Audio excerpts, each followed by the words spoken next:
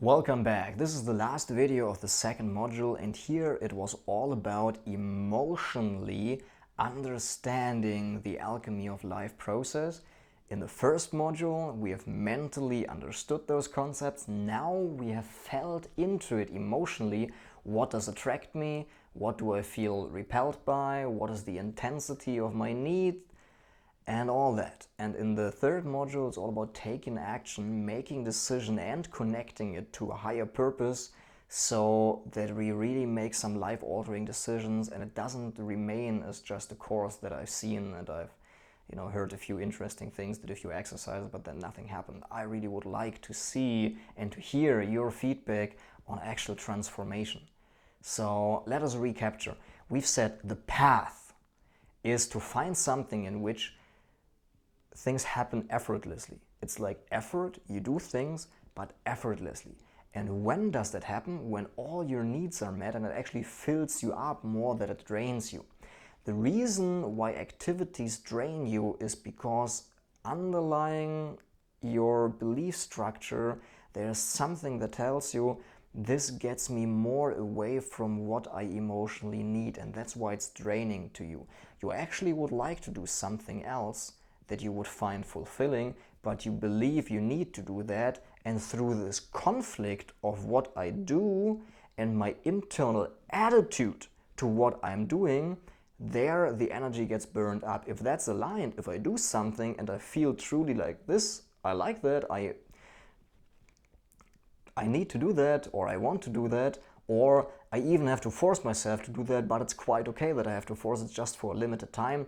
Once the alignment is there between what I'm doing and the place, the motivation it's coming from, then the energy doesn't get burned up. It gets only burned up when there's a discord between what I'm doing and whether I feel like I must be doing that, and the resistance towards what I'm doing. And with effortless effort, you don't have any resistance towards what you're doing. That's what it's all about. And also something that meets all your needs. We have had the list of your need structure. Everybody has those needs. Now it's for you to understand in what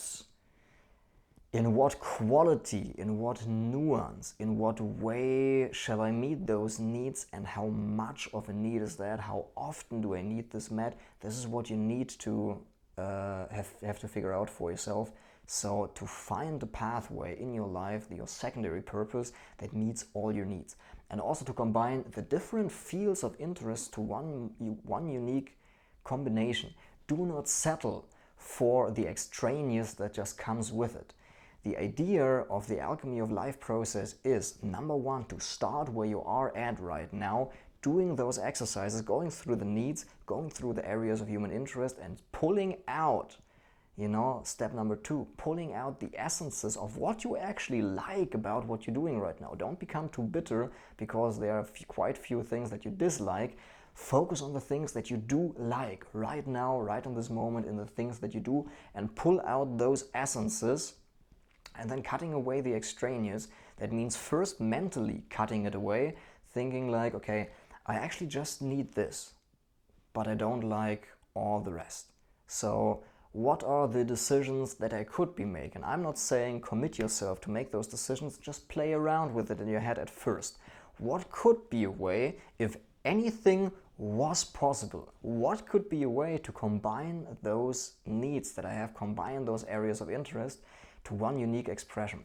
And then all the information becomes available, and once you have the clarity of that you would actually have a change, then you let the process happen. You get inspired. All information about doing things differently is on YouTube, is in blog posts. It's all free, available on the internet. And if you've really chosen a path, then you can go to a specific seminar on how to create your own social media agency, or how to be self-employed as a restaurant owner, like how to be a consultant for restaurant business, how to be, you see, if you want to be in a restaurant business but you don't want to run a restaurant, maybe you can be a consultant for restaurant owners and evaluate the processes in the kitchen so you feel out like what's going right. What you see what I mean? There you have the need of the teacher that's being met and of other people coming to you asking for advice, but it's not necessarily that you run a restaurant, you see?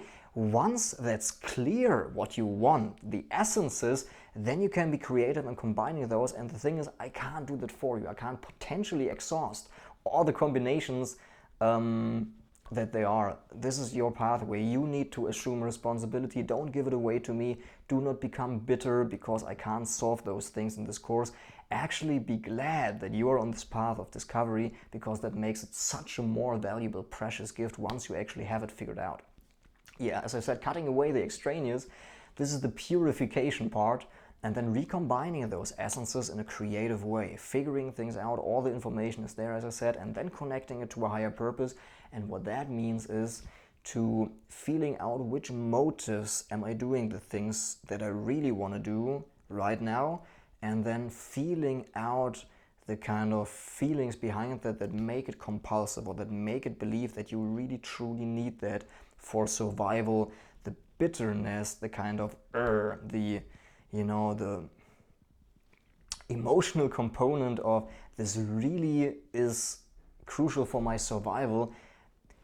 By feeling those things through and releasing yourself from those fears, a transmutation of the motive happens, where you have the same areas of interest, very likely, but they are being shifted from wanting to get for yourself into I have everything that I need emotionally, and now it's just all about giving in the things that I like. This is then the transmutation to the higher purpose, and this is what we're going to be doing in the third module. So I hope this was very insightful, and I also hope that it was dense enough so that you actually could work through that, but that you feel that there's still something to come. I believe like this module can be gone through quite a few times, and I recommend doing that, but feeling it out, you see?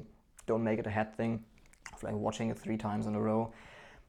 As I said, incrementally making a shift and then really starting the process all over again. What do I like about it? What can I strip away? And so you get more pure, so to speak, to a real expression of who you are and what you're meant to be doing in this life. So with this being said, thank you for sticking with me to the end of the second module, and let us jump into the third module.